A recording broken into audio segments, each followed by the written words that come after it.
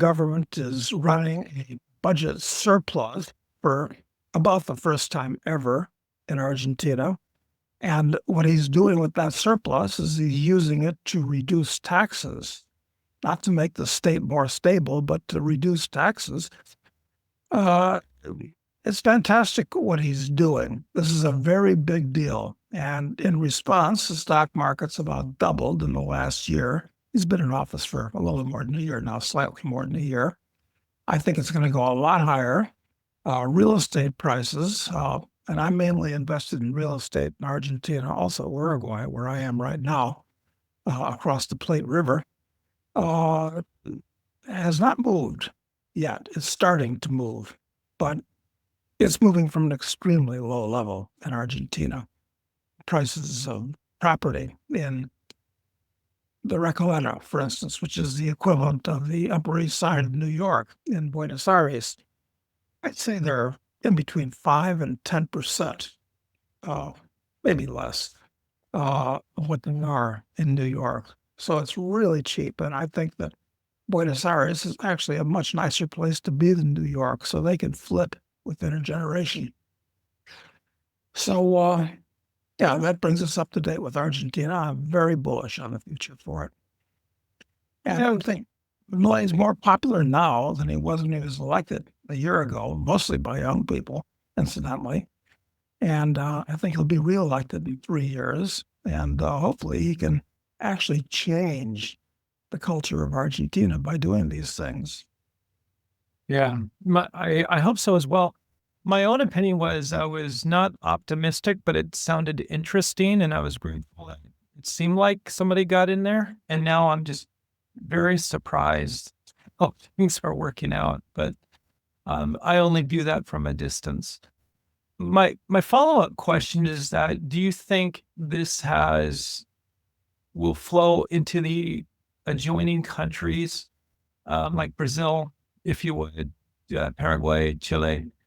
And do you also the rest of Latin America? Is it going to influence that?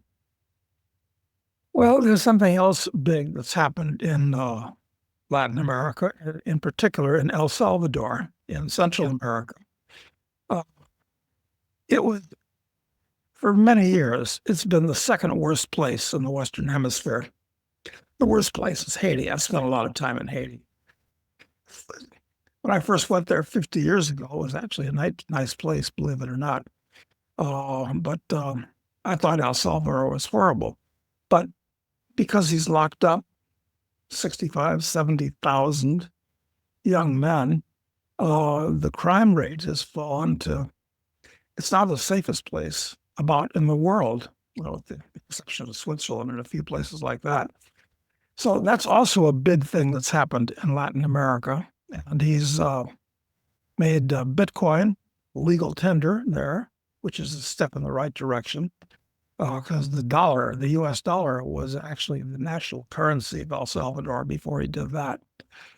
So, yeah, I think there's a trend that's starting in Latin America, not just in Argentina, but also in El Salvador in different ways. Now, what's going to happen? I forget when Lula, this horrible criminal that runs Brazil now, is going to be kicked out. And hopefully will be replaced with Bolsonaro. Bolsonaro's not like Milei. He's more like Trump, but still a step in the right direction. Uh, all these countries in Latin America, they're all different from each other. They're all quite different from each other. I've been to all of them, of course, numerous times. So we could talk about South America if you want. I'm not sure most people really care about the place.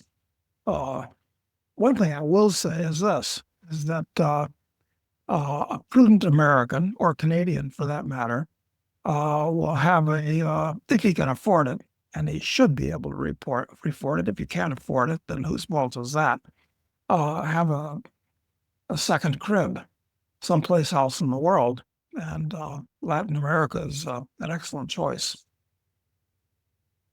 Speaking of that, is there like another place in the world that looks attractive? And you've been all over the world throughout your life.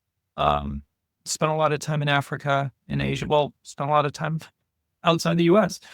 But yeah, but specifically in the third world or the second world that looks attractive to you from both a living point of view as well as an investment point of view? Well, it depends on who you are and what you want, obviously. Let me put it this way. If you're a young man in his 20s or 30s and are looking to make your fortune, Africa is still the best place in the world by far to do so. I'm a big fan of Africa, although Africa is changing rapidly right before our eyes at this point. Still, if you're a young guy looking to make his fortune, Africa is the place to go. Uh, uh, if you're looking for a pleasant lifestyle, I think Thailand is probably the best place to go. It's got everything going for it.